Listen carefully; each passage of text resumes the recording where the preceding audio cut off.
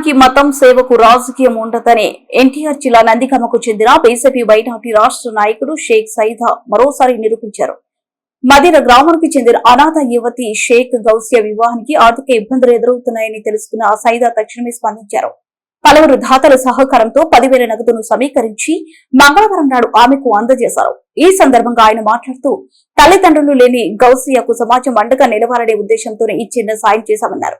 గతంలోనూ ఎంతో మంది పేద విద్యార్థులకు నిరుపేద కుటుంబాలకు సాయం అందించారని ఆయన గుర్తు చేశారు.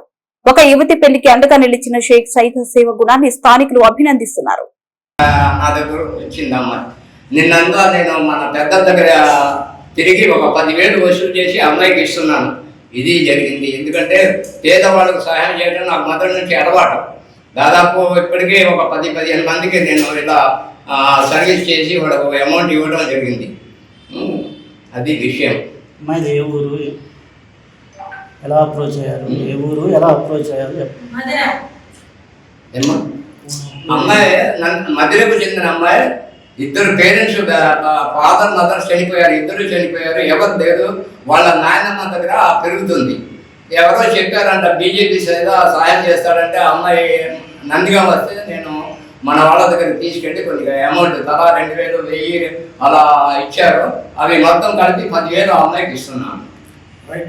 మీ సొంత డబ్బులు కాకపోయినా సహాయం చేసే గుణం ఉంది కాబట్టి మీరు అందరి దగ్గర గ్యాదర్ చేసి అమ్మాయికి హెల్ప్ చేశారు. అంత ముందు కూడా స్టూడెంట్స్ చాలా మందికి హెల్ప్ చేశారు. చాలా మందికి చేశాను. దాదాపు ఒక 1,90,000 స్టూడెంట్స్కి చేశారు. 1,90,000. 10,000 కలిపితే 2 లక్షలు. ఇటువంటి కార్యక్రమాలు చేసినప్పుడు మీ మనసు ఎలా అనిపిస్తుందండి? ఇటువంటి కార్యక్రమాలు చేసినప్పుడు మీకు మనసులో నాకు ఆనందం, చాలా ఆనందం అవుతుంది. ఒక మంచి పని చేశాను, ఒక పేదమ్మాయికి సహాయం చేస్తున్నాను.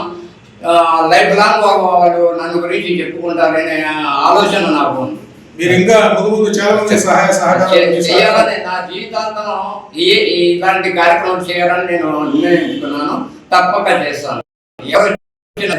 యాక్చువల్గా వాళ్ళు పేదవాళ్ళు ఏమంటారో మంచి మెరిట్ స్టూడెంట్స్ కానీ లేకపోతే ఇలాంటి పేదరికంలో ఉన్న వాళ్ళకి నేను చేస్తాను.